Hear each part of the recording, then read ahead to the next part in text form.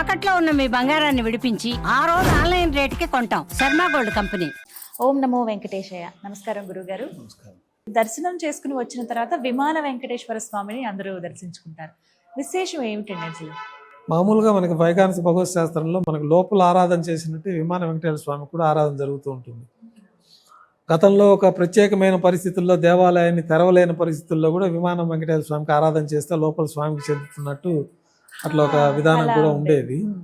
ఆయన దర్శించుకుంటే చాలు లోపల స్వామిని చూసినట్టు. కొన్ని ప్రత్యేకమైన పరిస్థితుల్లో దేవాలయాలకు రాలేని పరిస్థితులు, ఏదన్నా అంటూ మైల వేరే రకంగా ఏదైనా ఇబ్బందులు ఉన్నప్పుడు ఈ విమాన వెంకటేశ్వర స్వామిని దర్శించుకొని, గతంలో దేవాలయం మూసివేసి ఉండేది, వాళ్ళు ఎప్పుడో వస్తారు, వచ్చినప్పుడు కూడా విమాన వెంకటేశ్వర స్వామిని దర్శించుకుంటే స్వామిని దర్శించుకుంటున్న ఫలితం ఉంటుందని చెప్పి మనకి ఆనంద నిలయం పైన స్వామివారి యొక్క విమాన వెంకటేశ్వర స్వామి ప్రత్యేకంగా ఉన్నారు. వారికి లోపల నుంచి ఆరాధన నైవేద్యం ప్రతినిత్యం జరుగుతూ ఉంటుంది. పైన అట్లా చూపించి స్వామివారికి ఆరాధన చేయడము, నైవేద్యాలు చేయడము అవన్నీ. అట్లాగే విమాన వెంకటేశ్వర స్వామితో పాటు మనకి దేవాలయంలో ముఖ్యంగా మనకి ఆలయంలో స్వామివారిని దర్శించుకునేది కూడా కింద పాదాల నుంచి పై వరకు దర్శించుకోవాలన్నది మనకి దర్శనం ఆగమ శాస్త్రాల్లో చెప్పుంది. పాదాది మూర్త పర్యంతం, పాదాల నుంచి ఆపాదమస్తకం ఇట్ల నుంచి ఇట్లా దర్శించుకుంటే బాగా స్వామివారి దర్శించుకునే విధానం. ఈ దర్శనానికి కూడా మనకి ఎట్లాగో అందరూ పూజా విధానాలు ఇంట్లో చేసుకునే విధానంలో శుచి శుభ్రంగా వారి సాంప్రదాయపరమైన దుస్తులు ధరించి, సాంప్రదాయపరమైన తిలకధారణతో, సాంప్రదాయపరమైన వస్త్రధారణతో, భక్తి శ్రద్ధలతో వచ్చే భక్తులందరూ కూడా నియమంగా ఎంతో నియమంగా వస్తూ ఉంటారు. వారందరూ మామూలుగా మన హిందూ సాంప్రదాయం ప్రకారం వచ్చి స్వామివారి ఆలయంలో స్వామివారి నామస్మరణ చేసుకుంటూ స్వామివారిని పాదాది మూర్ధ పర్యంతం దర్శనం చేసుకుంటే సకల శుభాలు కలుగుతాయి. స్వామివారు కూడా మనకి ఆయన వైకుంఠ వరదహస్తం అంటారు. దాంట్లో మనకి భగవద్గీతలో కూడా కృష్ణులు చెప్పుంటారు అర్జునులకి, సర్వధర్మాన్ పరిత్యజ్య మామేకం శరణం వ్రజ అహంత్వా సర్వపాపేభ్యో మోక్షయిష్యామి మా శుచః. ఎవరైతే నా పాదాలని శరణు కోరుతారో వాళ్ళ అన్ని ధర్మాలని వదిలిన అన్నే శరణు కోరుకున్న వారికి మోక్షాన్ని ప్రసాదిస్తానని స్వామివారు ఇట్లా పాదాలు చూపిస్తూ ఉంటారు. మామూలుగా ఇట్లంటే అభయహస్తము, ఇట్లంటే వరదహస్తము. అట్లా స్వామివారి పాదాలు దర్శించుకొని స్వామివారి పాదాలను శరణు కోరిన వాళ్ళు ఎందరో మోక్షాన్ని ఋషులు సిద్ధ పురుషులంతా కూడా తిరుమల క్షేత్రానికి వచ్చి స్వామివారి అయోధ్య మనకి దశరథ మహారాజులు కూడా వచ్చి పుష్కరంలో స్నానం ఆచరించినట్టు పురాణాల ద్వారా తెలుస్తూ ఉంటుంది.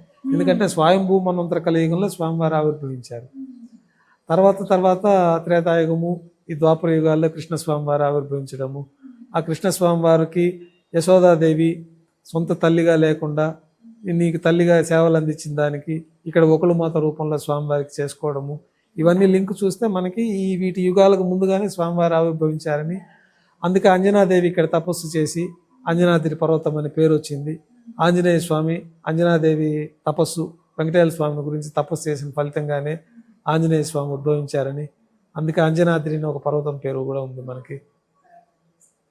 దశరథ మహారాజులు వారు వచ్చి ఇక్కడ సంతానం కోసమై పుష్కరంలో స్నానం ఆచరించి స్వామివారిని దర్శించుకున్నారని, ఎంతోమంది ఋషులు సిద్ధ పురుషులంతా కూడా వచ్చి తిరుమల క్షేత్రంలో పవిత్రమైన పుణ్యతీర్థాల్లో తుంబురు తీర్థము, నార తీర్థము, ఇట్లా పవిత్ర కుమారధార తీర్థము, ఇట్లాంటి పవిత్రమైన తీర్థాలు తీర్థరాజ్యం అంటారు. ఇదంతా కొండపైన దాదాపు 108 తీర్థాలకు పైగా ఉన్నాయి.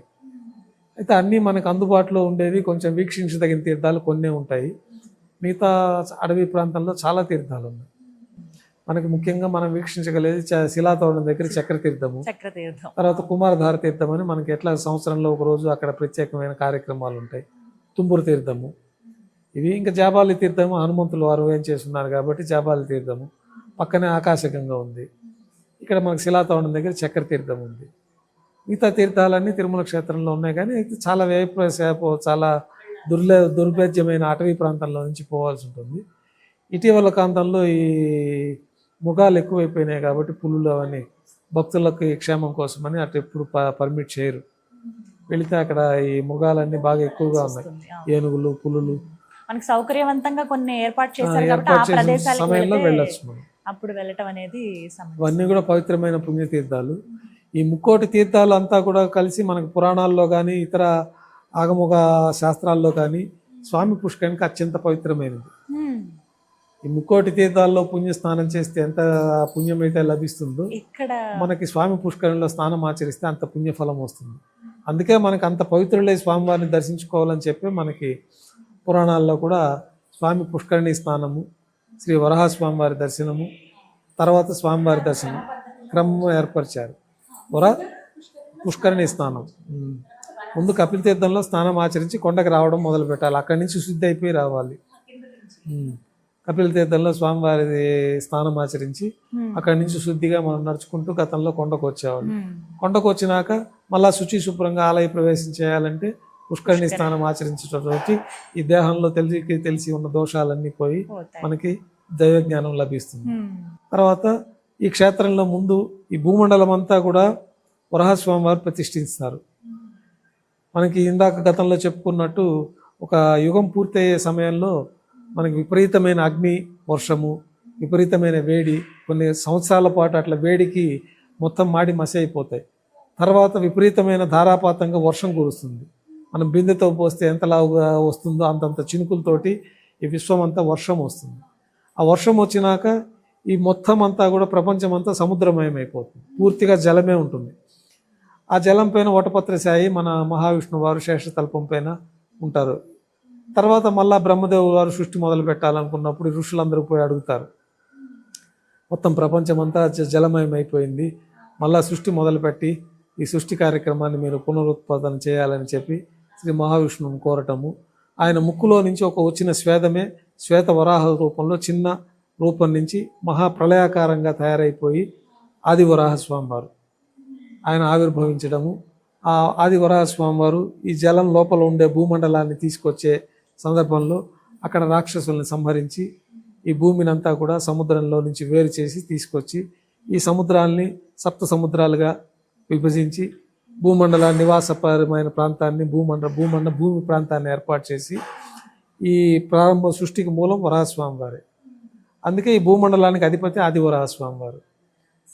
మనకు వెంకటేశ్వర స్వామి వారు కూడా భూమండలంలో వచ్చి ఆవిర్భవించాలనుకున్నప్పుడు ఆది వరాహస్వామి వారి అనుమతి తీసుకొని ఈ క్రీడాద్రి పర్వతాలను ఇక్కడ పెట్టడము, దానికి ప్రతిఫలంగా ఈ కలియుగాంతం వరకు కూడా ఈ వెంకటాచల క్షేత్ర దర్శన క్రమం వచ్చేసి ఆది వరాహస్వామి వారు దర్శించుకున్న తర్వాతే స్వామివారిని దర్శించుకోవాలని, తర్వాత ముందు ఆరాధనలు కానీ, ముందు నైవేద్యం కానీ, ముందు పూజా కార్యక్రమాలు కానీ వరాహస్వామి వారి గుడిలో ఆది వరాహ క్షేత్రం అంటారు. ఇది క్షేత్రం పేరే ఆది వరాహ క్షేత్రం, వెంకటేశ్వర స్వామి క్షేత్రం అన్నది ఆది వరాహ క్షేత్రం.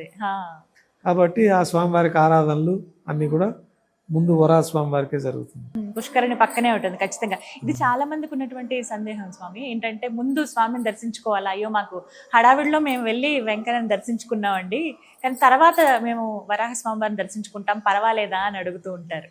కానీ క్షేత్ర సాంప్రదాయం వచ్చి వరాహస్వామి దర్శనం, పుష్కరిణి స్నానము, వరాహస్వామి దర్శనం. స్నానం అంటే స్నానంలో పలు రకాలు ఉన్నాయి. మనకు మంత్ర స్నానం అని, మునగలేని వాళ్ళు ప్రోక్షణ చేసుకోవడంతో స్నానం అని ఉంటుంది, శుద్ధి కోసమే మంత్రయుక్తంగా మనస్ఫూర్తిగా స్వామివారి శుద్ధి కోసమని.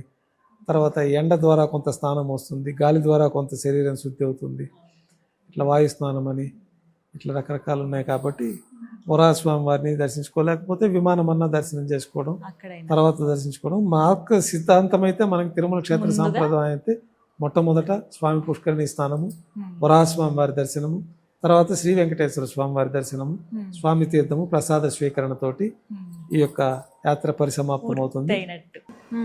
స్వామి వారి గురించి, వారి లీలల గురించి తెలుసుకోవడం అనేది ఎంతో సంతోషించే విషయం అండి. ధన్యవాదాలు. నమస్కారం. ప్రేక్షకులందరికీ కూడా స్వామివారి దివ్యాశీస్సులు ఎల్లప్పుడూ ఉండాలని, శ్రీ వెంకటేశ్వర స్వామి ఆశీస్సులతోటి ప్రపంచ ప్రజలందరూ సుఖ సంతోషాలు ఆయురారోగ్యాలతో వదిలుతూ స్వామివారిని దర్శించుకొని స్వామివారి పరిపూర్ణ అనుగ్రహం పొందాలని కోరుకుంటూ, స్వామివారి అనుగ్రహం ప్రపంచ ప్రజలందరికీ ఉండాలని సదా శ్రీవారి ఆలయంలో ప్రార్థనలు చేస్తూ ఓం నమో వెంకటేశాయ. ఓం నమో వెంకటేశాయ.